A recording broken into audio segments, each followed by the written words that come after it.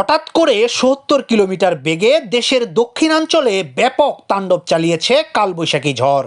এর ফলে ৪ জেলায় ১১ জনের প্রাণহানির খবর পাওয়া গেছে।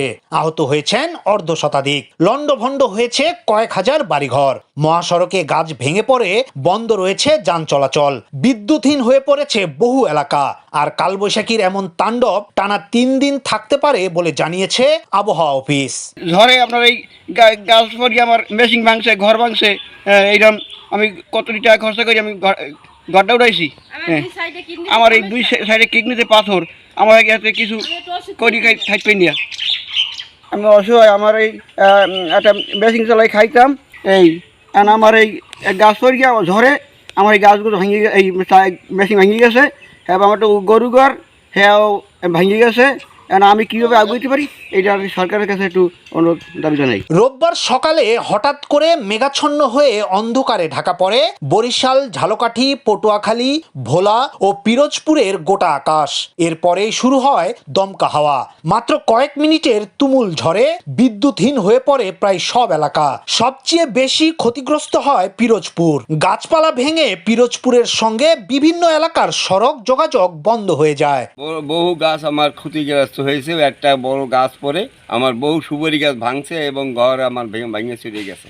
ওদিকে আমার ওই যেখানে হাঁস মুরগি পালা হয় সেই ঘরটা একেবারে বিচ্ছিন্ন হয়ে গেছে এবং আমার কথা যে বহু সুপারি গাছ, যে সুপারি দিয়ে আমার রিজেক্ট চলছে, এই সুপারি গাছ সব ভেঙে গেছে। কালবৈশাখীর তাণ্ডবে ঝালকাঠিতে নারী ও শিশুসহ ৩ জন, পটুয়াখালীতে 2 জন এবং ভোলা ও পিরোজপুরে 1 জন করে মারা গেছেন। এদের মধ্যে কেউ বজ্রপাতে, কেউ আবার গাছের নিচে চাপা পড়ে দুনিয়া ছেড়েছেন। আর আহতদের উদ্ধার করে ভর্তি করা হয়েছে বিভিন্ন হাসপাতালে। এদের মধ্যে বরিশালের 3 জনকে আশঙ্কাজনক অবস্থায় ঢাকায় পাঠানো হয়েছে বলে জানা গেছে। শতাধিক কেলা গাছ ক্ষতি হয়েছে। কেলা আসছে প্রত্যেকটার কাছে।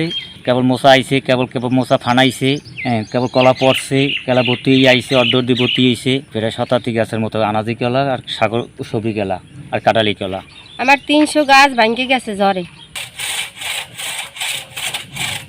এদিকে সকাল 9টা থেকে পরবর্তী 72 ঘন্টার পূর্বাভাসে আবহাওয়া অফিস জানিয়েছে ঢাকা, ময়মনসিংহ, সিলেট, খুলনা, বরিশাল ও চট্টগ্রাম বিভাগের কিছু কিছু জায়গায় এবং রাজশাহী ও রংপুর বিভাগের 2-1 জায়গায় অস্থায়ী দমকা হাওয়া সহ বৃষ্টি, সেই সাথে কোথাও কোথাও বিক্ষিপ্তভাবে শিলাবৃষ্টি হতে পারে। এছাড়া দেশের অন্যত্র অস্থায়ীভাবে আংশিক মেঘলা আকাশ সহ আবহাওয়া প্রধানত শুষ্ক থাকতে পারে। সারা দেশে দিন এবং রাতের তাপমাত্রা সামান্য হ্রাস পেতে পারে। তবে খারাপ খবরের সাথে সুসংবাদও পাওয়া গেছে। 72 ঘন্টা শেষে পরের টানা 3 দিন সারা দেশে স্বস্তির বাতাস বইবে বলে জানিয়েছে আবহাওয়া অধিদপ্তর। বলা হচ্ছে 10 এপ্রিল থেকে আবারও সারা দেশে তাপমাত্রা বৃদ্ধি পেতে শুরু করবে। সেই হিসেবে এবার ঈদের দিন বৃষ্টি হওয়ার সম্ভাবনা নেই। ফলে ঈদের আনন্দ কিছুটা নিরানন্দ করতে পারে ভ্যাপসা গরম। ইয়াসিন আলী, সোনালী নিউজ, ঢাকা।